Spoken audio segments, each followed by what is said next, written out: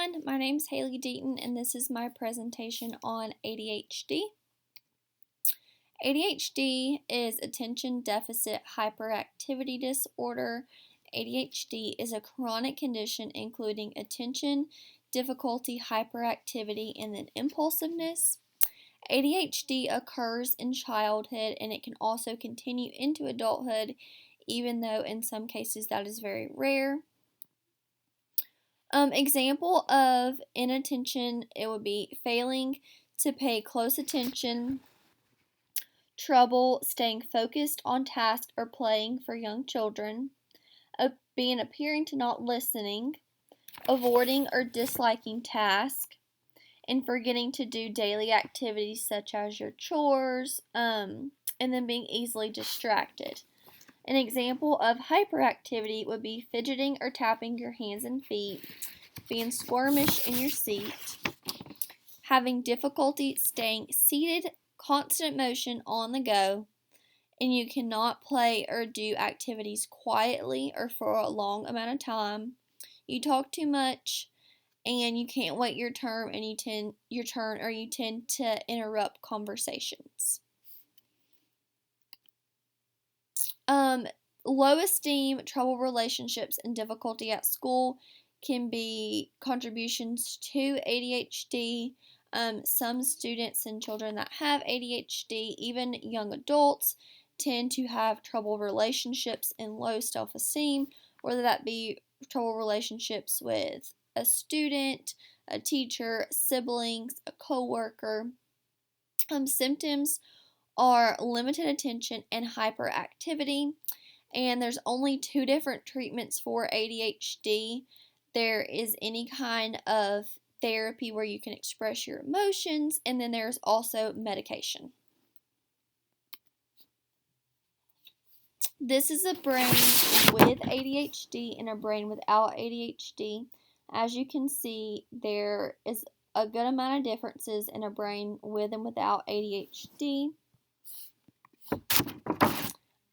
There are millions of children diagnosed with ADHD every single year. It is a crazy amount. Overall total, there is 388,000 children aged 2 to 5 that have been diagnosed with ADHD, 4 million aged 6 to 11, 3 million aged 12 to 17. And then there's currently 6.4 million children diagnosed in the United States.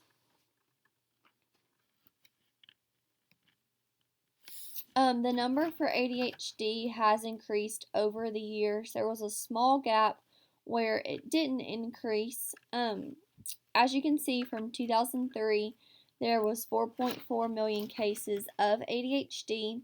2007, 5.4 million. 2011, 6.4 million. 2016, 6.1 million. And there's currently 6.4 million cases of ADHD. As you can see, from 2007 to 2011, there was a huge jump in cases, and then from 2011 to 2016, there was a small decrease, and then again from 2016 to currently, there was another small jump.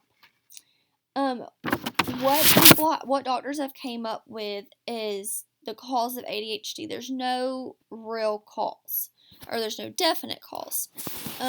They do think that environmental factors do play a role in, if your child has ADHD, whether that being that you smoke or drank while you were pregnant, or if you were exposed to any type of tobacco products, or if you were around lead. Also, environmental factors can be anything that was in the food you were eating. So say you had, your milk may have extra hormones in it or something like that. Those could be environmental factors that could cause ADHD in your child. The specific behaviors that students normally have with ADHD is inattention, hyperactivity, and then impulses. So this can be a problem for students in a classroom setting just not being able to sit there and focus and do their work. Because a lot of these students are constantly wanting to be on the go and wanting to be moving, and they can't do certain tasks for a long amount of time. These characteristics do make it very difficult for children to focus in school.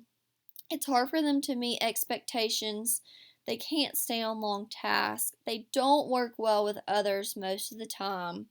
They tend to get very short patience with another person, and they're unable to concentrate. I think this is a huge thing for a young child because in school it does take a lot of concentration on your work and small tasks that you're doing. And for children with ADHD, it's very hard for them to complete those tasks. All students with ADHD do not have the same characteristics. Every case is very different. There are hyperactive impulse cases, there's inattentive type cases, and then there's combined cases. Hyperactive or impulsive cases include fidgeting, having trouble in interacting quietly, always on the go, disorganized, forgetful, and then misbehaving. Inattentive ADHD cases are limited attention span, distractibility, forgetfulness, and procrastination. And then there's a combined cases where they have a little bit of hyperactive impulsive and then a little bit of inattentive. Combined cases are the most common cases. According to the IDEA in 2004, students with ADHD fell under the other health impaired section. ADHD does not fall under a specific learning disability as of currently, and we're hoping that will change in the future years. There are class interventions that can help with students with ADHD.